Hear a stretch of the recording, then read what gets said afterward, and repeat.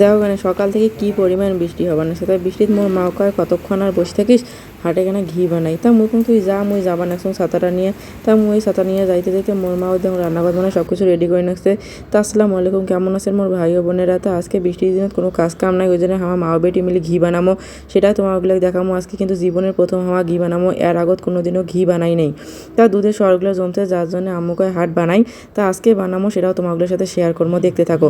তা এই যে দেখো মোর মা প্রথমে দুধের ছানাটা মোর মা আসি দেখো মোর মা সানাসানি শেষ। তারপরে যে দুধের সরগুলো আছে না, দুধের সরগুলো এমন করে সানি নেবে, সানি নিতে থাকবে তারপরে কিছুক্ষণ আবার পানি দিয়ে ধুয়ে নেবে। এমন করে পানি দিয়ে 7-8 বার দিয়ে ধুইবে আর তুলবে। তাই এই যে দেখো মোর মা ভালো করে সানি নিয়েছে, সানি নিয়ে পানি দিয়ে আবার এইগুলা তুলিয়ে ফির আবার মনে হয় সানবে। তাই এই যে পানি দিবেন নাকছে, দেখছেন পানি দিবেন নাকছে আর ব্যক্তি নাকছে আর পানি দিবেন নাকছে। তা মোর মাও এই যে তুলি নিবে নাকছে, একটা বাটি ধরলে ভালো করে করিয়া পানি তুলি নিবে নাকছে।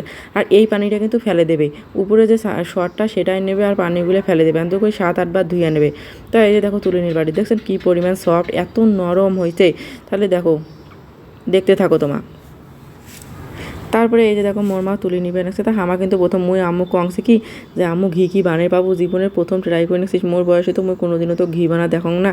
তা আম্মুকে কথা কইস না, বানাইলে হইবে না, দেখি কেন হয় না হয়। তা মোর মা বানাইছে, মুই বারবার কোনো নষ্ট হইবে আম্মু, নষ্ট হইবে, তুই পাবু না। তা মোর মা ওকে হ্যাঁ না পায় দেখ।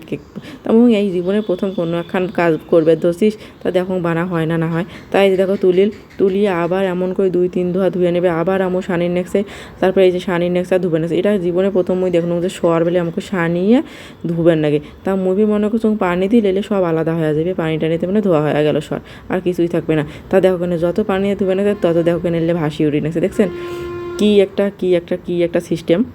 দেখো কেন একেবারে যতবার ধুইবে সাদা পানি বের করবে ততবারে এলে ভাসি উঠবে। দেখো এলে প্যাক্তি করে বাজারত ঘি বানায়, হামা না হয় বাড়িত বানাই, নিজের মার হাতে তো কোনো কিছুই কোনো ঘিন্নে লাগে না, কিন্তু বাজারত মনে হয় এমন করে ঘি বানায় না, নোংরামি করি। তা যদি তোমার বাজারের ঘি খাবার না পান তাহলে এই যে বাড়ি জানতো করে বানিয়ে খান। তারপরে দেখো পানি উবাইতে আইস মোর হাতেরই বিষ না উঠি গেল, কেন জগে পানি ঢালবে না, তো পানি ঢালা শেষ হয়েছে না। এত করে 7-8 বার ধুইলুম, 7 জগ মনে হয় পানি আনু, তাও পানি উবে শেষ হয়েছে না। খালি পানি উবাইতে যা কষ্ট, তাছাড়াও কিন্তু কোনো কষ্ট নাই। তাই দেখেন পানি উবাইনো, তারপরে দেখেন মোর মা ধুইতে দেখেন 7-8 বার ধোয়া হয়ে গেছে, বা 4-5 বার যার ইচ্ছে মতন যেমন ধোয়া হয়ে গেলো। দেখো কীভাবে পানির সঙ্গে কোনোভাবে আটকেছে না সরগুলো, দেখছেন। তারপরে এই যে সরগুলো আম্মু তুলে নিবে নাকছে, কোনো পানির স্পর্শই থাকবে না, এমনিতেই ভাসি বেড়াই বললে। তারপরে এই যে ধুয়ে নেওয়া শেষ, দেখছেন ধুয়ে নিয়ে এবার কড়াই দেবে। এই যে কড়াইটা গরম হয়েছে, ওই সরগুলো সব কড়াইয়ের মধ্যে দেবে। এই যে কড়াইয়ের মধ্যে দিয়ে নাড়বে নাকছে একটা নাড়তে থাকতে হলুদ হয়ে যাবে। তা মুই তাও কবানো শুনছি আম্মু হইবে না। আর সরগুলোর এমন গন্ধ বেড়াইছে, ছোটো সর না সাধন গন্ধ।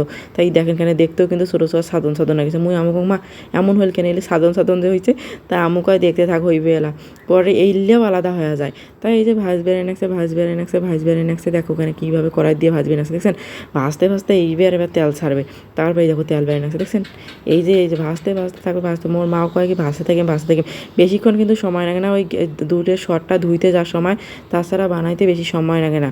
এলা যে কেউ বানাবেন তোমার একদিন বাড়ি ট্রাই করে দেখেন, বাজার কিনে খাওয়া চাইতে বাড়িতে এমন করে বানিয়ে খাওয়া ভালো, এটা একেবারে পরিষ্কার পরিচ্ছন্ন ঘি হয়। আর বাজারগুলো যে কেমন করে বানায় সেটা আর বোঝা শেষ। তারপরে দেখো জেলে সর অবশিষ্ট থাকে, মনে করেন উঠলেও একেবারে গলি যায়, যে জেলে ফেলে দেওয়ার মতন উঠলে দলা পাকে থাকে। তারপরে মোর মা হইলে করিবার ছাঁকনি দিয়ে সাইডে নেবে, যে ঝাঁঝরি দিয়ে এই যে জেলে উপরে সেলে ফেলে দেবে, আর তেলটা নিচত পড়ে গেল, দেখছেন দুধের না সরের কী পরিমাণ তেল। এই সরগুলো কে জমছে জানেন, আমাকে সর দিয়ে চা খাসনো, এলা চা খাই না সর দিয়ে, যার জন্য এই সরগুলো একেবারে জমছে 7 দিনে 1 বাটি।